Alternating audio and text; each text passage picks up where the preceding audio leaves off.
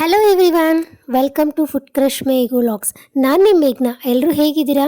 ಎಲ್ಲರೂ ತುಂಬ ಚೆನ್ನಾಗಿದ್ದೀರಾ ಅನ್ಕೋತೀನಿ. ನಾನು ಕೂಡ ತುಂಬ ಚೆನ್ನಾಗಿದ್ದೀನಿ. ಹಾಗೆ ಇವತ್ತಿನ ವ್ಲಾಗ್ನ ಸ್ಟಾರ್ಟ್ ಮಾಡೋಣ. ನೈಟ್ ಡಿನ್ನರ್ಗೆ ಅಂತ ಒಂದು ರಿಚ್ ಪ್ರೋಟೀನ್ ಆಗಿರೋವಂಥ ಒಂದು ದೋಸೆನ ಮಾಡ್ತಾಯಿದ್ದೀನಿ. ತುಂಬ ರುಚಿಯಾಗಿರುತ್ತೆ. ಹಾಗೆ ಮಾರ್ನಿಂಗ್ ಬ್ರೇಕ್ಫಾಸ್ಟಿಗೂ ಸಹ ಈ ದೋಸೆನ ಮಾಡ್ಕೋಬೋದು, ಅಥವಾ ಈವ್ನಿಂಗ್ ಸ್ನ್ಯಾಕ್ಸಿಗೆ ಸಹ ಈ ದೋಸೆನ ಮಾಡ್ಕೋಬೋದು. ತುಂಬ ಈಸಿಯಾಗಿದೆ ಈ ರೆಸಿಪಿ. ಹಾಗೆ ಒಂದೇ ಥರ ದೋಸೆ ತಿಂದು ತಿಂದು ಬೇಜಾರಾಗಿರುತ್ತಲ್ವ, ಸೊ ಈ ಥರ ವೆರೈಟಿ ಆಫ್ ದೋಸೆನ ಮಾಡ್ಕೊಂಡು ತಿಂತಾಯಿದ್ರೆ ಬಾಯಿಗೂ ರುಚಿ ಇರುತ್ತೆ. ಬನ್ನಿ ಯಾವ ಥರ ಮಾಡೋದು ಅಂತ ನೋಡೋಣ. ಸೊ ಈ 1 ಕಪ್ಪಿಂದ ಅಕ್ಕಿನ ನೆನೆ ಹಾಕಿದ್ದೀನಿ ಮುಂಚೆನೇ. ಹಾಗೆ ಅದೇ 1 ಕಪ್ಪಲ್ಲಿ 2 ಕಪ್ನ ಹೆಸರು ಕಾಳು ನೆನೆ ಹಾಕಿದ್ದೀನಿ. ಇದನ್ನೆರಡನ್ನೂ 6 to 8 hours ನೆನ್ಕೋಬೇಕು. ನೆಂದಷ್ಟು ಹೆಸರು ಕಾಳು ಚೆನ್ನಾಗಿರುತ್ತೆ. ಸಪ್ರೇಟ್ ಆದರೂ ನೆನೆಸ್ಕೊಳ್ಳಿ, ಇಲ್ಲ ಒಂದೇ ಕಡೆ ಹಾಕ್ಕೊಂಡಾದರೂ ನೆನೆಸ್ಕೊಳ್ಳಿ, ನಡೆಯುತ್ತೆ. ನಾನು ಸಪ್ರೇಟ್ ಹಾಕಿದ್ದೀನಿ ಅಷ್ಟೇ. ಸೊ 1 ಕಪ್ ಅಕ್ಕಿಗೆ 2 ಕಪ್ ಹೆಸರು ಕಾಳನ್ನ ಹಾಕ್ಕೋಬೇಕು.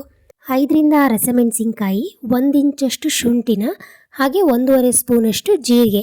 ಸೊ ಇದನ್ನೆಲ್ಲನೂ ಫಸ್ಟು ಒಂದು ಮಿಕ್ಸಿ ಜಾರಲ್ಲಿ ಸ್ವಲ್ಪ ಸ್ವಲ್ಪನೇ ಹಾಕ್ಕೋತಾ ಇದ್ದೀನಿ. ಅಂದರೆ ಫಸ್ಟ್ ಟ್ರಿಪ್ಪಲ್ಲೇ ಹೆಸರು ಕಾಳು, ಫಸ್ಟ್ ಟ್ರಿಪ್ಪಲ್ಲೇ ಅಕ್ಕಿನ ಒಂದೇ ಸತಿ ಮಾಡಿಬಿಟ್ಟು ಹಾಕಲ್ಲ. ಎಲ್ಲನೂ ಸ್ವಲ್ಪ ಸ್ವಲ್ಪನೇ ಹಾಕ್ಕೊಂಡ್ಬಿಟ್ಟು ಹಸಿಮೆಣಸಿನ್ಕಾಯಿನಾಗಲಿ 2 ಹಸಿಮೆಣಸಿನ್ಕಾಯಿ, ಒಂದು ಸಣ್ಣ ಸ್ಪೂನಷ್ಟು ಜೀರಿಗೆ, ಒಂದು 1/4 ಇಂಚಷ್ಟು ಶುಂಠಿನ ಹಾಕಿ ಈಗ ಫಸ್ಟ್ ಬ್ಯಾಚಲ್ಲಿ ಅದಿಷ್ಟನ್ನು ಸ್ವಲ್ಪ ಸ್ವಲ್ಪನೇ ಹಾಕ್ಕೊಂಡು ರುಬ್ಕೋತಾ ಇದ್ದೀನಿ. ಮತ್ತು ಸೇಮ್ ಸೆಕೆಂಡ್ ಬ್ಯಾಚಲ್ಲಿ same as it is same ಹಾಕ್ಕೊಂಡು ಮತ್ತೆ ರುಬ್ಕೋಬೇಕು. ಅದನ್ನು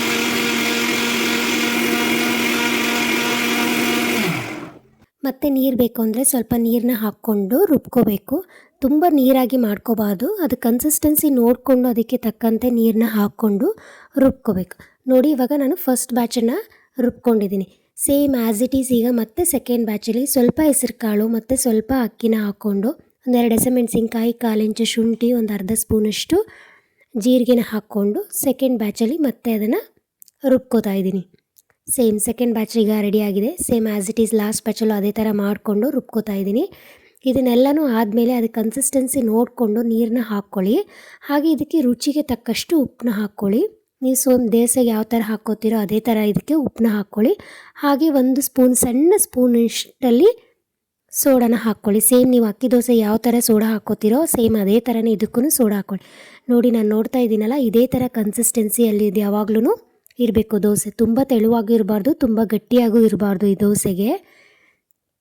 ಫಸ್ಟ್ ಅದನ್ನು ಮಿಕ್ಸಿಗೆ ಹಾಕ್ಕೊಂಡು ಇಟ್ಕೊಂಡಿದ್ದೀನಿ. ಮುಂಚೆ ಅದನ್ನು 6 to 8 hours ನೆನೆಸಿರೋದನ್ನು ಇವಾಗ ಅದನ್ನು ಮಿಕ್ಸಿ ಜಾರಿಗೆಲ್ಲ ರುಬ್ಕೊಂಡು ತೆಗೆದಿಟ್ಕೋತಾ ಇದ್ದೀನಿ.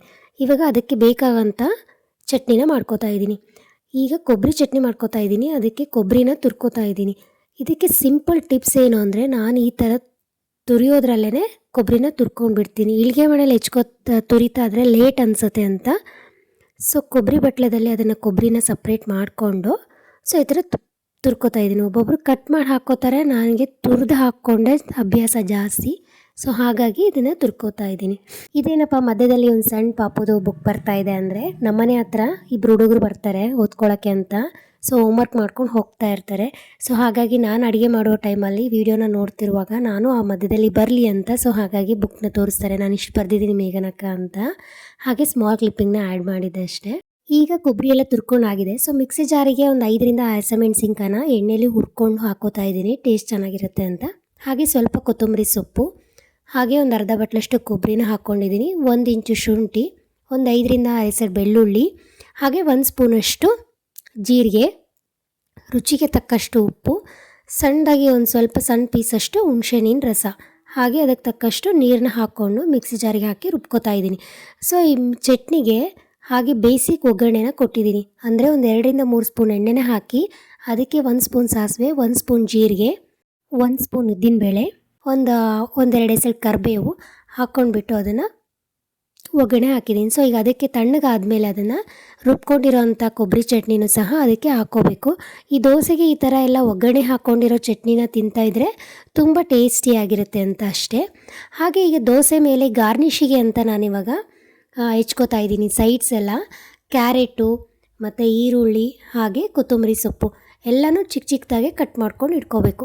ಈಗ ಕ್ಯಾರೆಟ್ನ ಏನು ಮಾಡ್ಕೊತಿದ್ದೀನಿ ಅಂದರೆ, ನಾನು ತುರ್ಕೊಂಡು ಇಟ್ಕೋತಿದ್ದೀನಿ. ಚಿಕ್ಕದಾಗಿ ಕಟ್ ಮಾಡಿದರೆ ಅಷ್ಟು ಚೆನ್ನಾಗಿ ಅನಿಸಲ್ಲ, ತುರಿದ್ರೆ ಅದೊಂಥರ ಬೇರೆ ಟೇಸ್ಟ್ ಕೊಡುತ್ತೆ ಅಂತ ನಾನೇನು ಮಾಡ್ತಾಯಿದ್ದೀನಿ, ಕ್ಯಾರೆಟ್ನ ತುರಿದು ಇಟ್ಕೋತಾ ಇದ್ದೀನಿ. ಹಾಗೆ ಕೊತ್ತಂಬರಿ ಸೊಪ್ಪನ್ನು ಸಹ ಸಣ್ಣದಾಗಿ ಹೆಚ್ಚಿಟ್ಕೊಂಡಿದ್ದೀನಿ. ಆನಿಯನ್ನು ಸಹ ಚಿಕ್ಕದಾಗಿ ಕಟ್ ಮಾಡ್ಕೊತಾ ಇದ್ದೀನಿ. ಸೊ ಚಿಕ್ಕದಾಗಿ ಕಟ್ ಮಾಡ್ಕೊಳೋದಕ್ಕೆ ನಾನಿಲ್ಲಿ ಅದೇ ಬಾಕ್ಸಲ್ಲಿ ಎಳೆದು ಕಟರ್ ಬರುತ್ತಲ್ಲ, ಸೊ ಆ ಕಟರ್ನ ಯೂಸ್ ಮಾಡಿಕೊಂಡು ಚಿಕ್ಕದಾಗಿ ಎಷ್ಟಾಗುತ್ತೋ ಅಷ್ಟು ಚಿಕ್ಕದಾಗಷ್ಟು ನಾನು ಅದನ್ನು ಕಟ್ ಮಾಡ್ಕೊಂಡಿದ್ದೀನಿ. ಇದೇ ಕಟರಲ್ಲಿ ನಾನು ತಾಳಿಪಟ್ಟಿಗಾಗಲಿ ಮತ್ತು ಯಾವುದಕ್ಕಾದ್ರೂ ಚಿಕ್ಕದಾಗಿ ಬೇಕಾಗಿರೋಂಥ ಎಲ್ಲ ಕಟರಿಗೂ ಸಹ ಈ ಕಟರ್ನ ಯೂಸ್ ಮಾಡಿರ್ತೀನಿ ಕಟ್ ಮಾಡ್ಕೊಳ್ಳೋದಕ್ಕೆ. ಸೊ ಇವಾಗೆಲ್ಲ ರೆಡಿ ಆಗಿದೆ, ಎಲ್ಲ ಗಾರ್ನಿಷ್ ಮಾಡ್ಕೊಳ್ಳೋದಕ್ಕೆ ಕ್ಯಾರೆಟು, ಈರುಳ್ಳಿ ಮತ್ತು ಕೊತ್ತಂಬರಿ ಸೊಪ್ಪು. ಇವಾಗ ದೋಸೆ ಹಾಕ್ಕೊಳ್ಳೋಣ ಬನ್ನಿ. ದೋಸೆನ ಎಷ್ಟು ತೆಳುವಾಗಿ ಕ್ರಿಸ್ಪಿಯಾಗಿ ಹಾಕ್ಕೋತಿರೋ ಅಷ್ಟು ಚೆನ್ನಾಗಿರುತ್ತೆ ಹೆಸರುಕಾಳು ದೋಸೆ. ಸೊ ಇವಾಗ ತವ ಮೇಲೆ ನೀರನ್ನ ಸ್ವಲ್ಪ ಸಿಮಿಸ್ಬಿಟ್ಟು, ಎಣ್ಣೆ ಬೇಕಿದ್ರೆ ಎಣ್ಣೆನ ಹಾಕ್ಕೊಳ್ಳಿ, ನಾನು ಎಣ್ಣೆ ಯೂಸ್ ಮಾಡ್ತಾಯಿಲ್ಲ. ಸೊ ತೆಳುವಾಗಿ ಹಾಕಿದ್ದೀನಿ ಕ್ರಿಸ್ಪಿಯಾಗಿ. ಸೊ ಅದ್ರ ಮೇಲೆ 1 ಸ್ಪೂನಷ್ಟು ಎಣ್ಣೆನ ಹಾಕ್ಕೊಂಡ್ಬಿಟ್ಟು ಅದ್ರ ಮೇಲೆ ಗಾರ್ನಿಷ್ ಮಾಡ್ಕೊಳ್ಳೋದು. ಈರುಳ್ಳಿ, ಕ್ಯಾರೆಟು, ಕೊತ್ತಂಬರಿ ಸ್ವಲ್ಪನೇ ಹಾಕಿಬಿಟ್ಟು ಮೇಲೆ ಅದಕ್ಕೆ ಸ್ಟೀಮ್ ಮಾಡ್ಕೊಳ್ಳೋದಕ್ಕೆ 30 ಸೆಕೆಂಡ್ಸ್ನ ಮುಚ್ಚಬೇಕು ಪ್ಲೇಟ್ನ. ಸೊ ಇವಾಗ ನೋಡಿ ಗರಿಯಾಗಿ ಕ್ರಿಸ್ಪಿಯಾಗಿದೆ. ನೆಕ್ಸ್ಟ್ ಇನ್ನೊಂದು ಥರ ಡಿಫ್ರೆಂಟಾಗಿ ದೋಸೆನ ಹಾಕ್ಕೊಳ್ಳೋದು ತೋರಿಸ್ಕೊತೀನಿ ಮತ್ತು ಅದ್ರ ಮೇಲೆ ಗಾರ್ನಿಷಿಂಗ್ ಮಾಡ್ಕೊಳ್ಳೋದಕ್ಕೆ.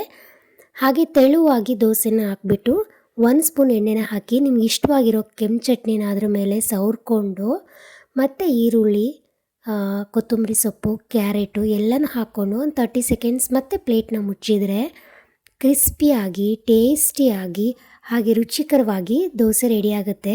ಎಷ್ಟು ರುಚಿಯಾಗಿರುತ್ತೆ ಅಂದರೆ ಅಷ್ಟು ರುಚಿಯಾಗಿರುತ್ತೆ. ಇದಕ್ಕೆ ಯಾವುದೇ ರೀತಿ ಚಟ್ನಿನೂ ಬೇಕಾಗೋದಿಲ್ಲ, ಕೊಬ್ಬರಿ ಚಟ್ನಿ. ಸೊ ಈ ಥರ ಮಾಡ್ಕೊಳ್ಳಿಲ್ಲ, ಪ್ಲೇನಾಗಿ ದೋಸೆ ಮಾಡಿಕೊಂಡ್ರೆ ಕೊಬ್ಬರಿ ಚಟ್ನಿ ಬೇಕಾಗುತ್ತೆ. ತುಂಬ ಟೇಸ್ಟಿಯಾಗಿದೆ. ಇದನ್ನು ಈವ್ನಿಂಗ್ ಸ್ನ್ಯಾಕ್ಸಿಗೂ ಸಹ ಇದನ್ನು ಯೂಸ್ ಮಾಡ್ಕೋಬೋದು. ಅಂದರೆ ಬರೀ ಪ್ಲೇನಾಗಿ ದೋಸೆ ಒಯ್ದುಬಿಟ್ಟು ಕೆಂಪು ಚಟ್ನಿ ಹಾಕಿ ಮೇಲೆ ಗಾರ್ನಿಷಿಂಗ್ ಮಾಡಿದರೆ ಯಾವುದೇ ರೀತಿ ಕೊಬ್ಬರಿ ಚಟ್ನಿ ಬೇಕಾಗೋದಿಲ್ಲ. ನಿಮ್ಗೇನಾದರೂ ಕೆಂಪು ಚಟ್ನಿದು ರೆಸಿಪಿ ಬೇಕಿತ್ತು ಅಂದರೆ ಡಿಸ್ಕ್ರಿಪ್ಷನಲ್ಲಿ ಲಿಂಕ್ ಹಾಕಿರ್ತೀನಿ, ಹೋಗಿ ಚೆಕ್ ಮಾಡಿ ನೋಡ್ಕೊಳ್ಳಿ. ಹಾಗೆ ಲಾಸ್ಟಿಗೆ ಎಲ್ಲರಿಗೂ ಹಾಕ್ಕೊಟ್ಟೆ ದೋಸೆನ. ಲಾಸ್ಟಿಗೆ ನನಗೂ ಸಹ ದೋಸೆನ ಹಾಕ್ಕೊಳ್ಳೋಣ ಅಂತ ಅಂದ್ಕೊಂಡೆ, ಬಟ್ ಬಿಸಿಯಾಗಿ ತಿಂದರೆ ತುಂಬ ರುಚಿಯಾಗಿರುತ್ತಲ್ವ ಈ ದೋಸೆ. ಸೊ ಹಾಗಾಗಿ ಲಾಸ್ಟ್ ಒಂದು ದೋಸೆನ ಹಾಕ್ಕೊಟ್ಟು ನಮ್ಮ ಹಸ್ಬೆಂಡಾಗಿ ಲಾಸ್ಟಿಗೆ ಗಾರ್ನಿಷಿಂಗ್ ಮಾಡಿಕೊಟ್ರು. ನಾನೊಂದು 2 ದೋಸೆನ ಹಾಕ್ಕೊಂಡಿದ್ದೆ. ಸೊ ಲಾಸ್ಟಿಗೆ ಅವರೊಂದು ದೋಸೆನ ಹಾಕ್ಕೊಟ್ರು. ತುಂಬ ರುಚಿಯಾಗಿತ್ತು. ನೀವೊಂದು ಸಲ ಟ್ರೈ ಮಾಡಿ ನೋಡಿ. ನನಗೊಂದು ಸ್ವಲ್ಪ ಕೋಲ್ಡ್ ಆಗಿರೋದ್ರಿಂದ ವಾಯ್ಸು ಬೇರೆ ಥರ ಕೇಳಿಸ್ತಾ ಇದೆ ಅಷ್ಟೇ. ಸೊ ಈ ವಿಡಿಯೋ ಇಷ್ಟ ಆದರೆ ಲೈಕ್ ಮಾಡಿ, ಶೇರ್ ಮಾಡಿ, ಕಮೆಂಟ್ ಮಾಡಿ, ಹಾಗೆ ಸಪೋರ್ಟ್ ಮಾಡಿ. Thank you all.